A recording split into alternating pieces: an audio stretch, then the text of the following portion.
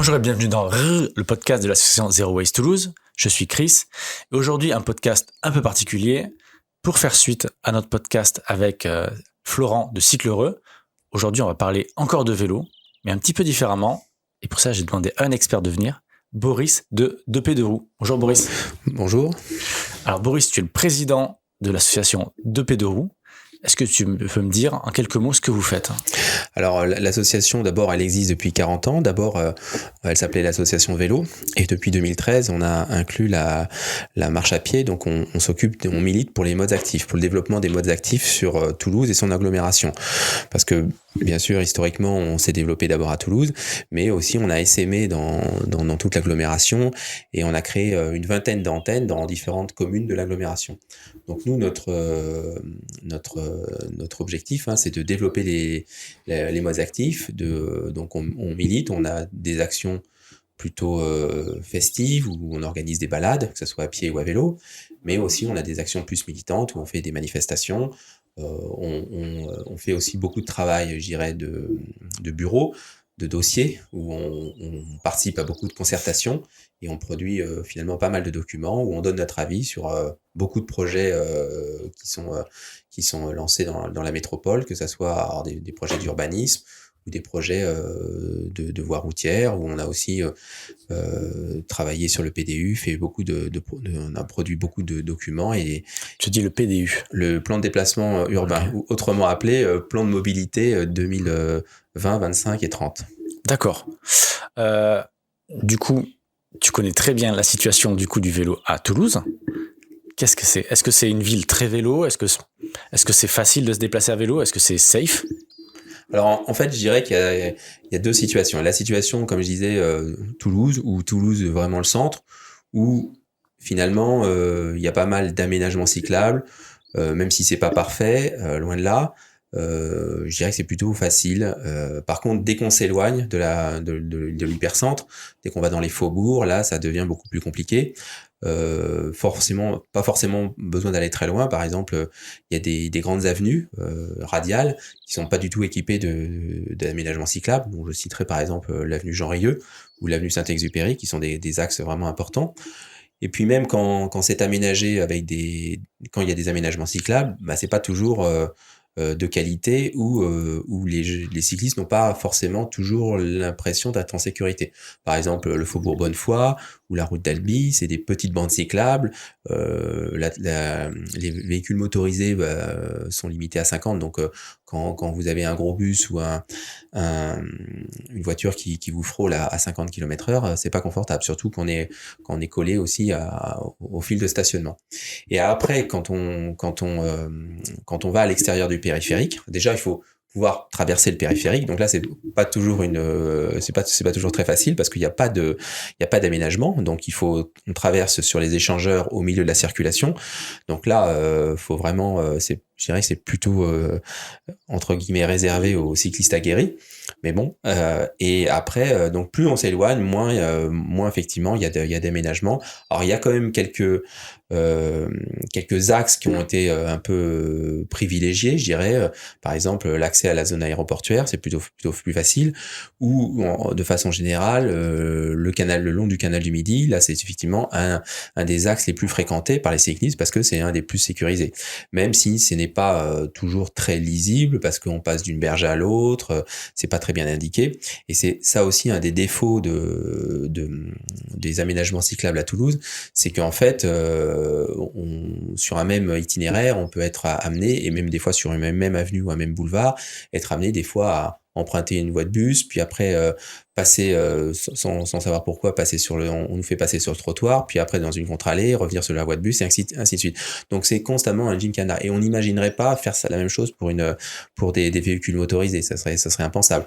Ou alors de créer une piste cyclable sur quelques centaines de mètres, et puis brutalement s'arrêter, ça arrive. Et on n'imaginerait pas faire une autoroute et puis envoyer sans prévenir les gens sur cette autoroute, et au bout d'un moment dire non, finalement l'autoroute elle est pas encore terminée et on la terminera on sait pas quand, et c'est un peu ça la situation de Toulouse. C'est-à-dire c'est beaucoup de petits morceaux qui ont été faits, pas toujours raccordés entre eux, et c'est vraiment là que ça devient compliqué et dangereux parce que les transitions entre un aménagement et un autre par exemple, quand vous passez à travers un rond-point, c'est pas toujours bien indiqué comment faut faire, et avec des bordures qui peuvent aussi être amenées à faire tomber un cycliste qui serait pas très vigilant. Voilà.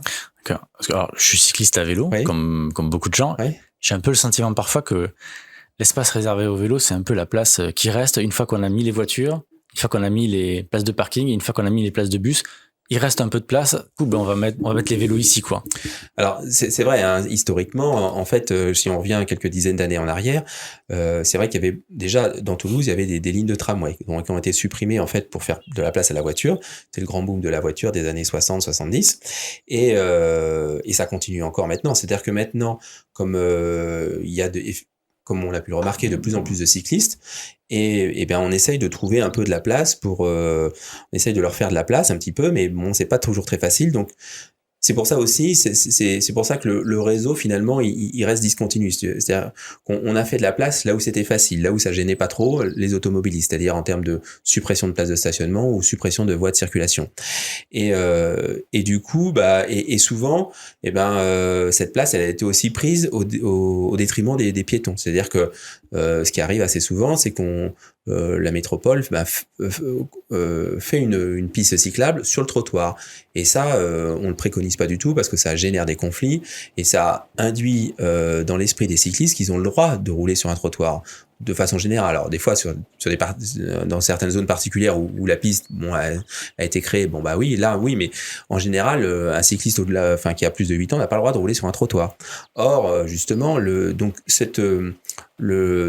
créer dans certains cas des pistes sur le trottoir, ça peut faire penser qu'on a le droit, que c'est autorisé, et alors que ça l'est pas.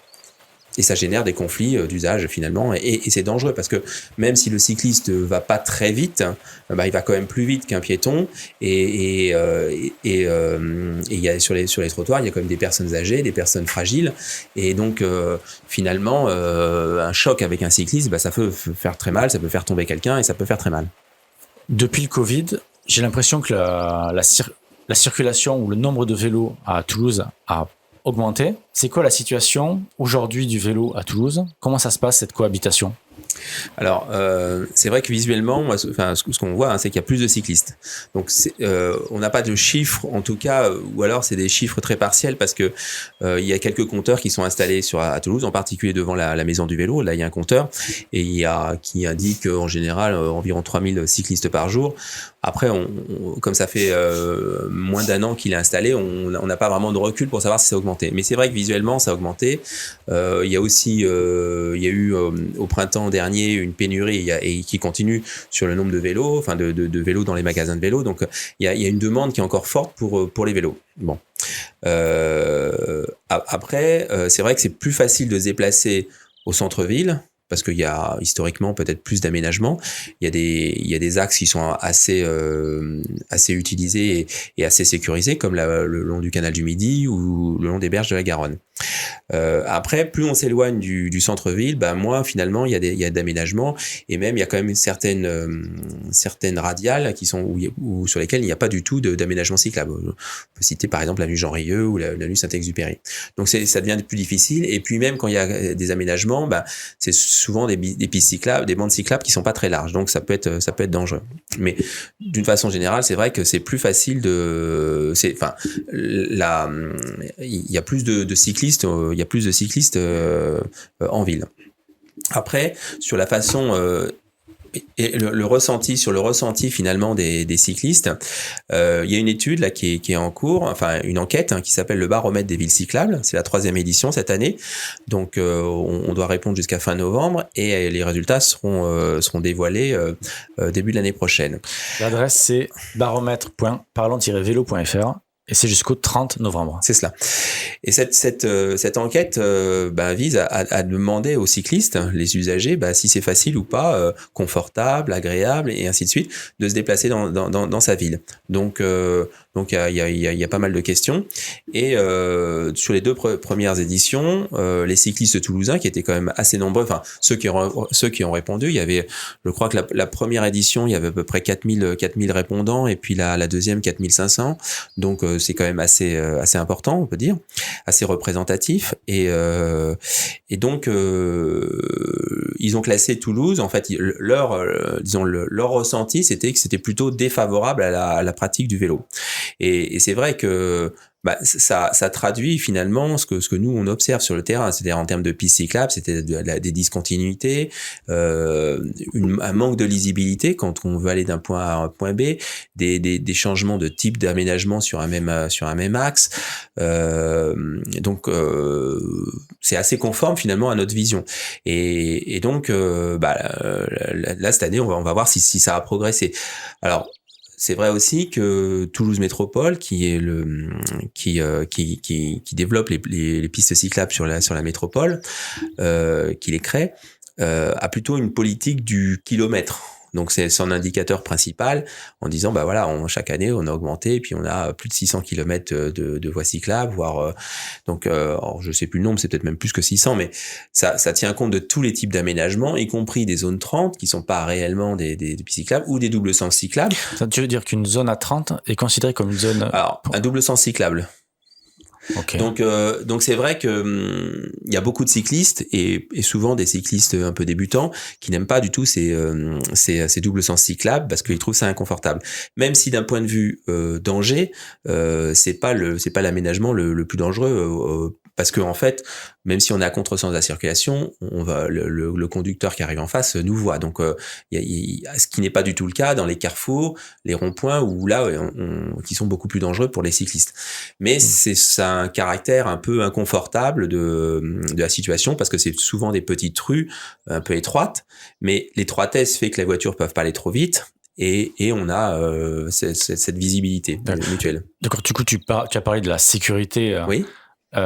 Un indicateur qui pourrait être intéressant, c'est juste le nombre d'accidents en fait. Alors le nombre d'accidents, globalement, il est relativement stable, sauf que on a eu entre novembre 2019 et mi-2020 cinq cyclistes tués sur la commune de Toulouse, qui est quand même énorme. Des circonstances diverses, mais bon, elles ont été tuées par des véhicules motorisés. Et pour beaucoup d'entre elles n'étaient pas en tort. Donc elles ne faisaient pas elles n'avaient pas un comportement qui aurait conduit finalement à leur accident. Donc et ça c'est vraiment et pour certaines en fait donc il y a eu un des cyclistes qui a été tué, il a été tué sur un échangeur, un endroit où il n'y a pas d'aménagement cyclable. Donc il y a quand même ce sentiment d'insécurité et qui s'est traduit là en l'occurrence malheureusement par des tués, mais globalement il y a quand même pas mal d'accidents et pour 80%, là c'est un des chiffres qui ont été sortis par l'AUAT, donc l'agence d'urbanisme de Toulouse, qui montre que 80% des accidents de cyclistes sont impliquent une voiture, un véhicule motorisé, donc ce qui est quand même énorme. Donc et malheureusement contre un véhicule motorisé on fait pas vraiment le poids. Oui, effectivement c'est assez inégal. Voilà. Donc, le vélo, mais il y a aussi maintenant de nouveaux, on va dire, de moyens de mobilité douce. La trottinette, le vélo cargo, c'est toujours un vélo, on va dire. Le vélo même motorisé, un vélo électrique est-ce que c'est toujours un vélo? Je sais pas. Est-ce que c'est proche d'un scooter si, en fait, il y a, dans les nouveaux modes, on peut dire je dirais plutôt le vélo assistance électrique. Donc, c'est qu'une assistance jusqu'à 25 km/h. Et donc, il y a un certain effort à produire, qui est forcément moins important que l'effort pour un vélo musculaire, mais il y a quand même un effort. C'est équivalent à une marche un peu rapide. Donc, on peut considérer que c'est ça. Par contre, effectivement, les trottinettes électriques, là pour le coup, où il y a zéro effort, nous on n'est pas spécialement à défendre ces engins-là ou des skateboards électriques ou tout autre, les gyropodes, etc. On pense que c'est quand même une utilisation relativement marginale. Ils ont le droit de circuler sur les pistes cyclables du moment qu'ils respectent le maximum de 25 km/h, ce qui n'est pas toujours le cas parce qu'il y a j'ai croisé des trottinettes qui allaient largement plus que 25 km/h et là ça devient très dangereux à la fois pour eux-mêmes et pour les autres usagers des voies cyclables, en particulier les piétons. Et donc ceux-là, nous, enfin ces usagers-là, on défend pas forcément leur usage. Finalement, ça fait un usage supplémentaire des pistes cyclables, donc il faut en tenir compte pour les dimensionner. Mais c'est pas, j'ai l'impression que ça reste quand même marginal. On en voit quand même, mais ça reste marginal par rapport à la marche à pied ou le vélo.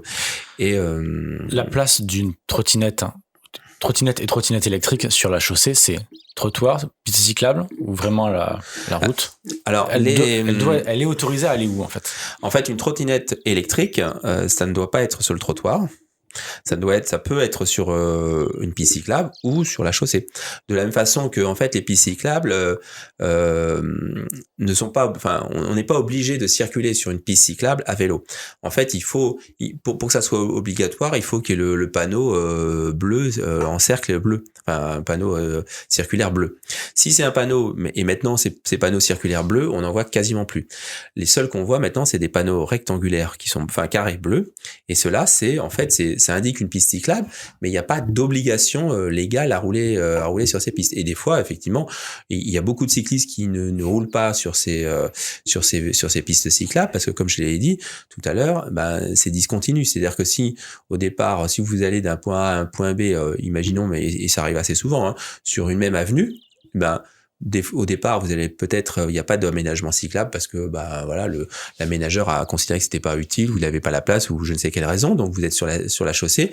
Et puis après, il vous fait passer peut-être sur le trottoir, une piste se crée. Là, il va mettre le panneau carré bleu et peut-être 200 mètres plus loin, il va vous faire revenir sur la chaussée. Donc il y a beaucoup de cyclistes qui vont continuer sur la chaussée parce qu'ils vont considérer que c'est pas efficace et ça peut même être dangereux parce que le retour sur la voie de circulation, il est pas forcément très bien conçu et là ça peut être dangereux de revenir comme ça. Donc c'est à la fois, je dirais, un peu de confort mais surtout de la sécurité. Et de la lisibilité, parce que des fois on le voit même pas, c'est-à-dire qu'on va passer à côté, elle me dit oui, j'ai raté l'embranchement de la piste cyclable. Donc oui, c'est pas, il y a très peu d'aménagements cyclables qui sont obligatoires. Du coup, on parle de ce qui est obligatoire, oui. Ce qui ne l'est pas. Mm-hmm. Si on fait un petit point sur la réglementation, qu'est-ce qui est obligatoire de porter ou d'avoir sur le vélo quand on roule? Un casque, par exemple, est-ce que c'est obligatoire? Non, le casque, c'est pas obligatoire. Il y a de nombreuses études qui montrent que dans les pays où ils ont obligé le port du casque pour les adultes, le port du casque, il est obligatoire, en fait, jusqu'à 12 ans en France. D'accord. Mais au-delà de 12 ans, c'est pas obligatoire. Ça peut être conseillé pour certaines pratiques, parce que c'est vraiment peut-être l'usage ou la pratique qui peut faire le danger. Faire du vélo en soi, c'est pas dangereux. Ça dépend des circonstances. Effectivement, si vous faites du VTT extrême, là, oui, c'est normal de porter un casque. Les cyclistes, ceux qui font du cyclisme sur route et qui vont à 50, 60, voire des fois 70 km/h, oui, ça c'est plutôt conseillé de porter un casque. Mais si vous faites du vélo à 15 km/h sur la voie verte du canal du Midi, il n'y a pas beaucoup de risques et de dangers. Donc c'est la plupart des usages en ville. Donc c'est pas obligatoire. Donc dans les pays où ils ont obligé le port du casque, en fait, ils n'ont pas vu une augmentation du nombre de cyclistes et en fait, c'est même contre-productif en fait. Ça veut dire, ça donne le signal à ceux qui ne font pas du vélo. Le vélo, c'est dangereux. On a besoin de se protéger. C'est dangereux. Alors qu'en fait, ça l'est pas. Donc, il vaut mieux créer de bons aménagements séparés. Et là, effectivement, il y a pas de risque. Donc, en tout cas, il y en a moins. Et d'ailleurs, les pays où il y a beaucoup de cyclistes, vous verrez jamais personne avec un casque. La Hollande, les seuls qui portent des casques, ce sont les gens qui font du cycliste sportif. Voilà. Donc ça, c'est pour le port du casque. Deuxième, et d'ailleurs, si on prend les différents modes actifs, les piétons, on pourrait aussi leur demander de porter un casque, parce que s'ils tombent sur la tête, oui, ce serait mieux d'avoir un casque. Et c'est exactement pareil pour les cyclistes, parce que d'ailleurs, il y a des statistiques qui montrent que la plupart des blessures, en fait, sont pas forcément des blessures à la tête, c'est moins de 10%, la plupart c'est sur les membres. Donc le casque, il est pas forcément utile dans toutes les situations. Donc bon, ça après, c'est aussi un peu un aspect personnel, c'est-à-dire que il y a des gens qui vont se sentir plus ou moins à l'aise et vont peut-être, ils vont peut-être avoir un sentiment de plus de sécurité de porter un casque. C'est d'ailleurs plutôt conseillé aussi sur des personnes, disons des seniors, qui se remettent peut-être au vélo et qui effectivement avec l'âge ont peut-être un peu moins d'équilibre et qui et souvent d'ailleurs c'est un peu aussi combiné avec l'usage d'un vélo assistance électrique qui est une machine quand même assez puissante par rapport à ses jambes. Et donc ça peut être utile effectivement de porter un casque parce que surtout si on se remet à cette pratique, voilà, ça fait longtemps qu'on ne l'a pas fait, vaut peut-être mieux porter un casque. Mais je dirais c'est vraiment le type d'usage, les conditions d'usage du vélo. Si vous faites effectivement encore une fois, si vous slalomez entre les voitures, là oui, si vous avez une conduite sportive et à risque en ville, on conseillera plutôt de porter un casque. Donc ça c'est pour l'équipement du cycliste en lui-même. Il est aussi conseillé pour le cycliste d'avoir des habits clairs, surtout la nuit. Voilà. Et donc je vais en venir à la visibilité. C'est donc la nuit, surtout l'hiver. Enfin la nuit, donc ce qui est obligatoire, c'est d'avoir un éclairage avant et arrière, c'est d'avoir des catadioptres sur les roues avant et arrière, d'avoir un catadioptre aussi avant et arrière, rouge à l'arrière, blanc à l'avant, et d'avoir des catadioptres sur les pédales. Voilà. Donc ça, c'est les éléments qui sont obligatoires sur un vélo. Donc sur beaucoup de vélos que vous achetez neufs, en fait, ils mettent le minimum et ils mettent souvent des éclairages très bas de gamme alimentés par des piles qui sont pas très solides et puis et qui vont pas permettre de voir dans le noir. Alors en ville, c'est vrai que on a moins l'utilité de voir dans le noir parce que c'est assez éclairé, mais d'être visible en fait des autres usagers. D'ailleurs, à ce propos, une petite parenthèse, on fait au mois de novembre en général une opération de sensibilisation qui s'appelle Cycliste Brillé, qui a pour but de sensibiliser les cyclistes justement au fait d'avoir un bon éclairage. En dehors des agglomérations, il est obligatoire d'avoir un gilet jaune. Ce qui n'est pas obligatoire en ville. Tu veux dire que quand on se balade en forêt, en chemin, il faut avoir un gilet jaune ? Plutôt sur route, je dirais. D'accord. Plutôt okay. sur route en dehors de l'agglomération. Oui, je pense pas qu'en termes, si on fait du VTT hors agglomération, on ait besoin d'un gilet jaune. Non, c'est plutôt hors agglomération. D'accord. Et pour ça, on peut être verbalisé si on ne les a pas.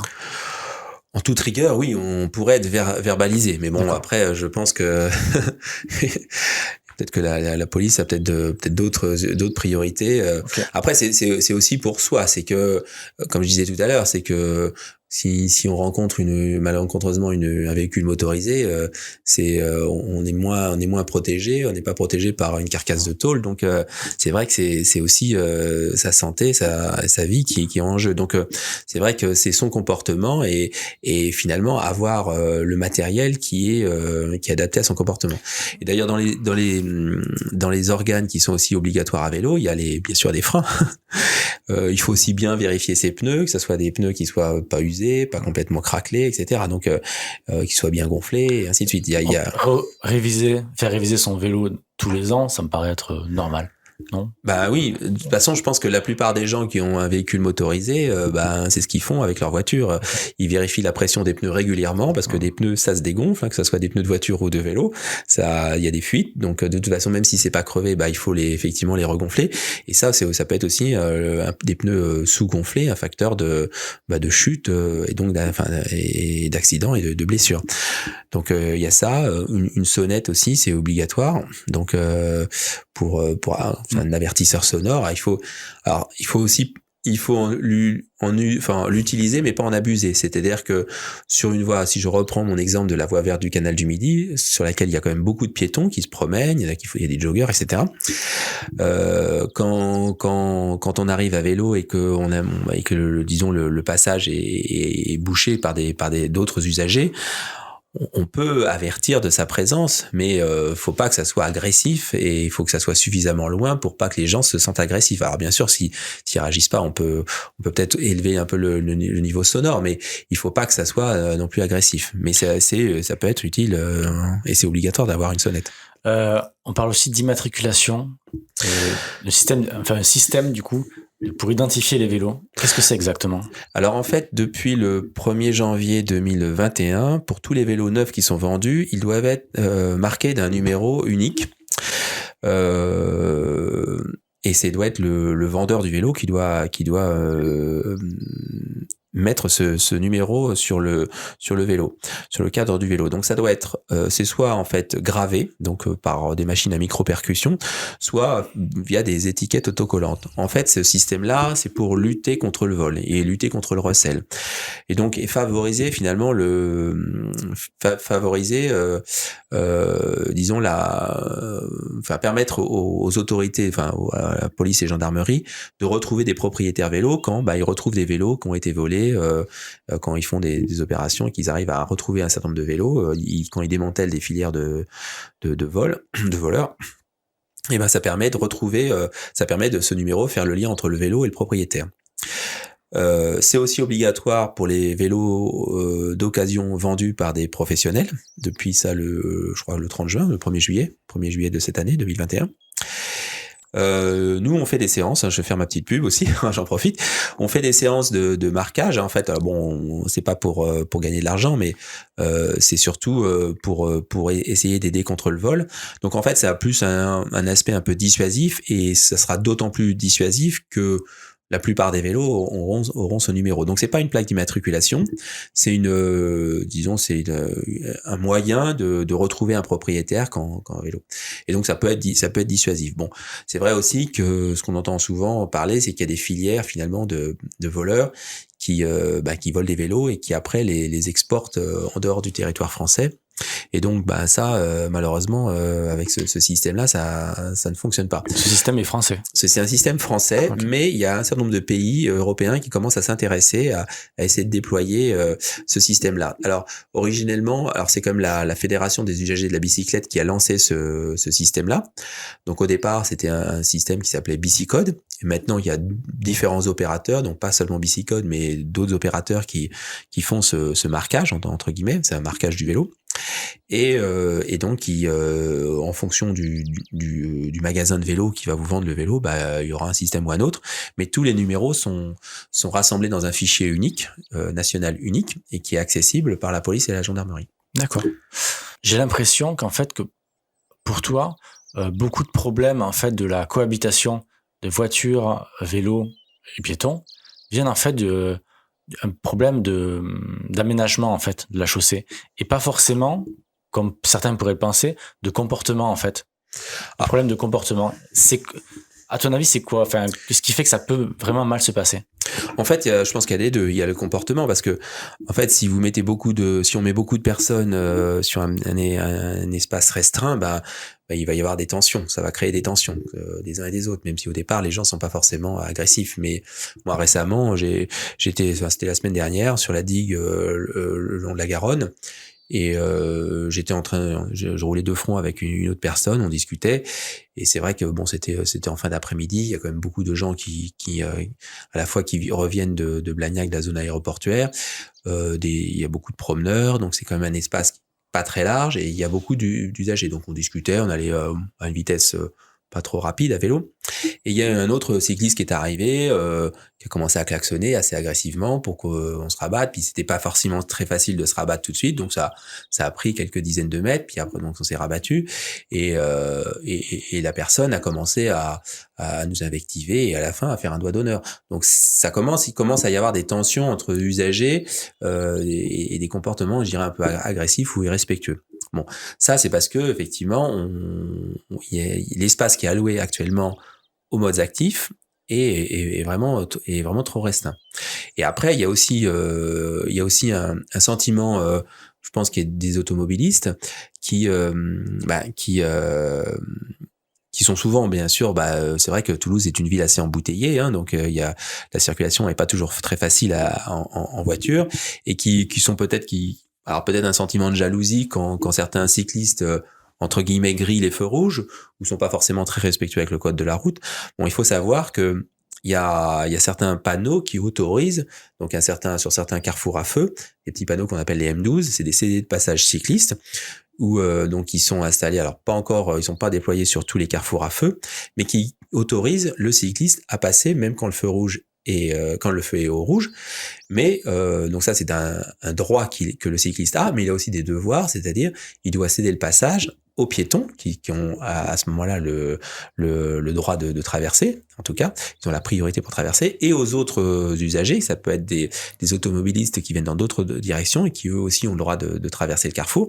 Et donc il a le droit de passer au rouge, mais il a le devoir de laisser le passage. Et ça, c'est vrai que c'est pas toujours bien connu. Et alors pour deux raisons, parce qu'il n'y a pas eu une bonne communication sur ce nouveau panneau, et puis c'est vrai qu'il y a des gens qui ont passé leur permis de conduire il y a très longtemps et puis ça n'existait pas. Donc il y a ce manque d'information, et donc ça peut aussi donner l'impression aux autres usagers que les automobilistes, que les cyclistes, ils respectent rien, c'est un peu le Far West, etc.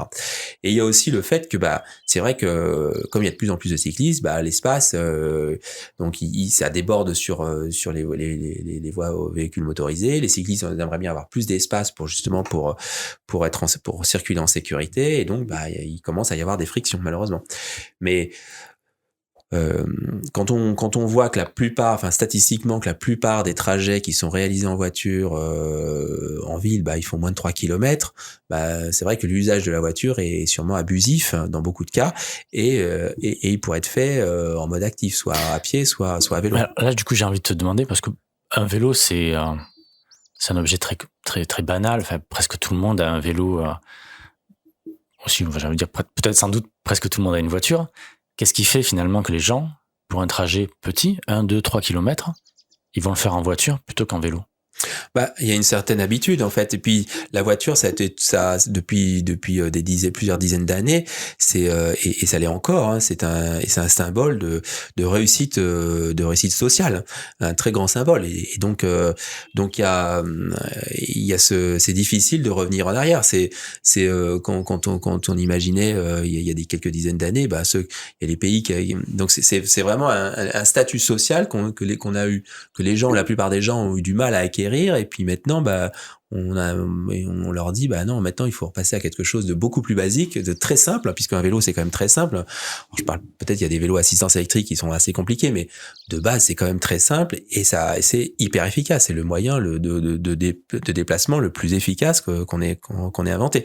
Donc oui, il y a de l'habitude, il y a de la facilité, il y a le fait que peut-être on a été très et même toutes les publicités sont très qu'on voit partout, hein, que ça soit sur les médias radiophoniques ou sur les publicités, c'est toujours un symbole de réussite, et on voit pas de publicité, très peu, à peine sur les vélos. Dans les films, on voit jamais de vélos, on voit que des voitures, et ainsi de suite. Donc la voiture, il y a un imaginaire qui est lié à la voiture, et c'est un petit peu comme il y a quelques dizaines d'années avec le tabac. C'est exactement la même chose. C'est que on faisait de la pub, c'était les gens qui fumaient, on voit les acteurs très connus, tout le monde fumait dans les films, etc.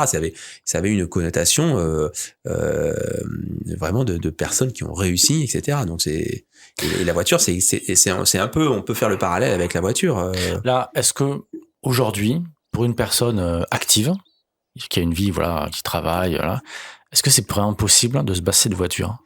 Alors, je dirais ça dépend un peu de l'endroit où on vit. Dans Toulouse, oui, c'est tout à fait possible. Il y a là-dedans. Alors, je dirais, quand je dis Toulouse, c'est à l'intérieur peut-être de la rocade. Il y a quand même beaucoup de transports en commun. On peut les critiquer, dire qu'ils sont pas forcément toujours efficaces, mais il y a des transports en commun. On peut quand même se déplacer à vélo, même si, comme je disais avant, c'est pas toujours très confortable.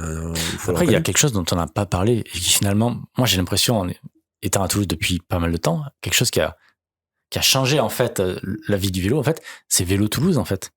Alors maintenant, justement, pour les gens qui n'ont pas la possibilité de ranger leur vélo chez eux, oui, le vélo Toulouse, c'est un moyen, alors qui coûte très cher malheureusement, parce que ça coûte ça coûte très cher à qui? La collectivité, parce que ça revient à plusieurs milliers d'euros par vélo par an. Donc on pourrait se dire, oui, à ce prix-là, on pourrait le contrat Vélo Toulouse, c'est 6,5 millions d'euros par an. Donc c'est quand même énorme, et ça fait plus de 10 ans que ça existe. Bon, mais c'est vrai que ça a permis, disons, de démocratiser l'usage du vélo.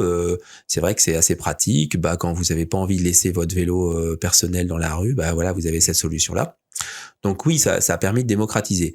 Et si je reviens à la question, est-ce que c'est facile de se passer de voiture dans Toulouse? Oui. Enfin, moi, on peut, il y a des systèmes pour les, si on veut faire ses courses, de commande de courses, de livraison de courses. Donc il n'y a pas de, même si effectivement la livraison est aussi un problème, un problème d'encombrement de l'espace urbain.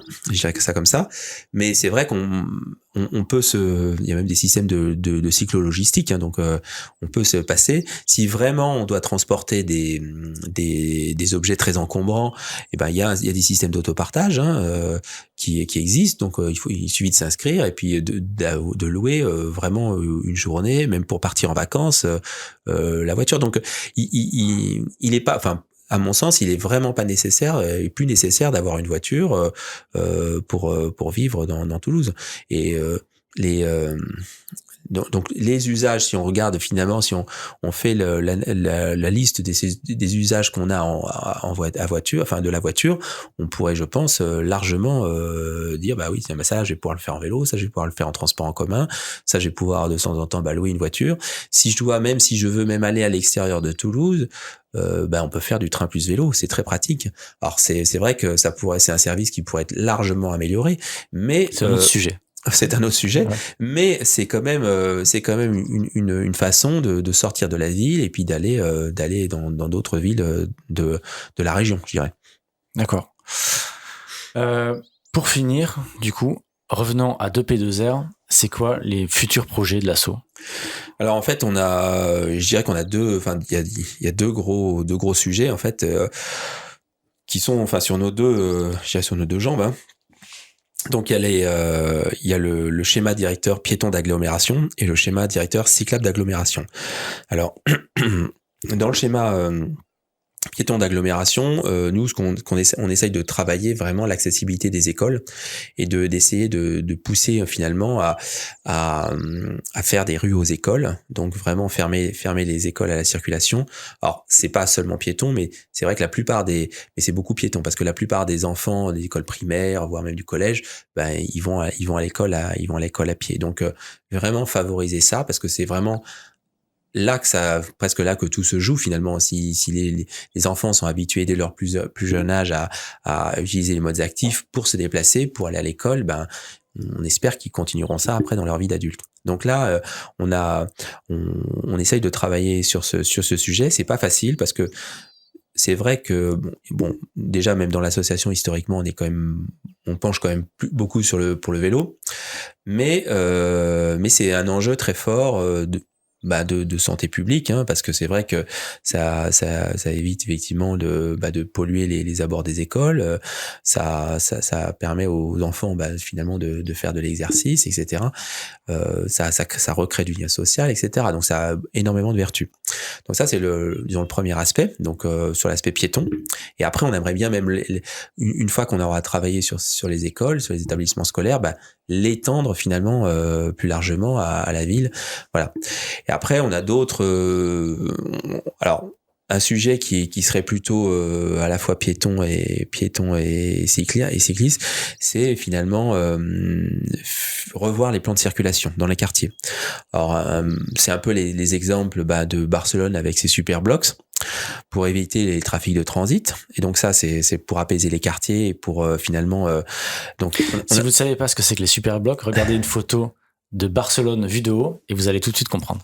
Voilà. Ou la ville de Gand qui a fait ça. Il y a pas mal d'exemples. Donc on aimerait bien travailler sur ce sujet. Enfin, on veut travailler sur ce sujet, mais c'est quand même assez c'est très chronophage, je dirais, parce que il faut déjà redessiner, savoir sur quel quartier on travaille et redéfinir tous les plans de circulation, etc. Bon, ça c'est un autre sujet. Et le dernier sujet, c'est plutôt plus sur la partie cyclable, c'est ce qu'on appelle le réseau express vélo. Donc on a qui fait partie du schéma directeur cyclable d'agglomération là. Et donc on a proposé notre propre réseau express vélo qui est pas très différent finalement de celui qui a produit Tisséo en fin 2019. Et là, finalement, on va commencer dans la période de déploiement, de ce réseau. Alors, pas assez vite, bien sûr, à notre avis, parce que il y a pas beaucoup de moyens qui sont mis, et pas assez de moyens qui sont mis en œuvre.